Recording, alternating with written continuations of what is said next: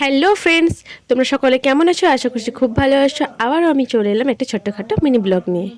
দিনটি ছিল শিবরাত্রির দিন। কারা কারা শিবরাত্রির ব্রত করেছো আমাকে অবশ্যই কমেন্ট করে জানিও।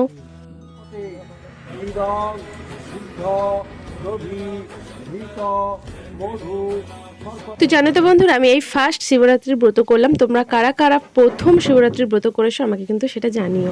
আরে দেখো, আমি আমার প্রিয় মানুষটাকে সঙ্গে নিয়ে শিবের মাথায় একসঙ্গে দুজন মিলে শিবের মাথায় দুধটা ঢাললাম।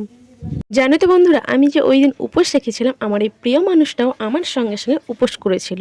আমি বারবার করে বললাম যে উপোস রাখার দরকার নেই, তুমি যেহেতু ডিউটিতে আছো। কিন্তু কে শোনে কার কথা বলো? দেখো, এখানে সবাই হাসাহাসি করছিল। হাসাহাসির কারণ তোমরা ঠাকুরমশাইয়ের কাছ থেকে শুনে নাও।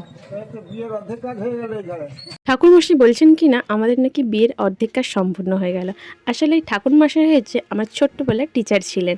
ওনার কাছে আমি ক্লাস 4 থেকে 8 পর্যন্ত পড়েছিলাম। তাই স্যার বলছে, শৈলী দেখতে দেখতে কত বড় হয়ে গেলি, দুদিন পর তো দেখতে দেখতে বিয়েও হয়ে যাবে।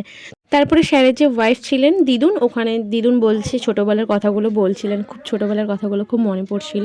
তারপরে স্যার বলছে চল চল তোদের দুজনকে একসঙ্গে আশীর্বাদ করে দিই বলে স্যার আমাদের পুজো মানে আমাদের সব কিছু সম্পূর্ণ হওয়ার পর স্যার আমাদের আশীর্বাদ করে দিয়েছিলেন।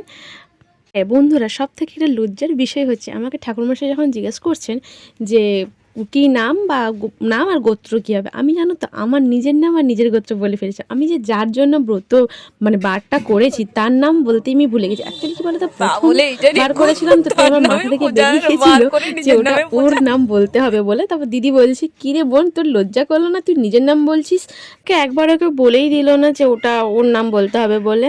তারপরে এবার স্যার বলছে ঠিক আছে, ওটা ভুল হয়, কিন্তু তার থেকে বড় কথা হচ্ছে আমার প্রিয় মানুষটা বলেছিল ওখানে সবাইকে যে প্রথমবার তো ওটা ভুল হয়েছে, ঠিক আছে নেক্সট বার ও ওটা ভালো করে বলবে। তো ঠিক আছে, ভুল করেছি হয়তো। তারপরে স্যার বলছে ঠিক আছে চল তোদের দুজনের নামগোত্র বলে দে। এখন আমরা সমস্ত কিছু কমপ্লিট করে প্রিয় মানুষটির হাতে পঞ্চামৃত খেয়ে আমি আমার উপোস ভাঙলাম। তো চলো আজকের মতো টাটা, আবার দেখা হবে একটা নেক্সট মিনি ব্লগে। বাই।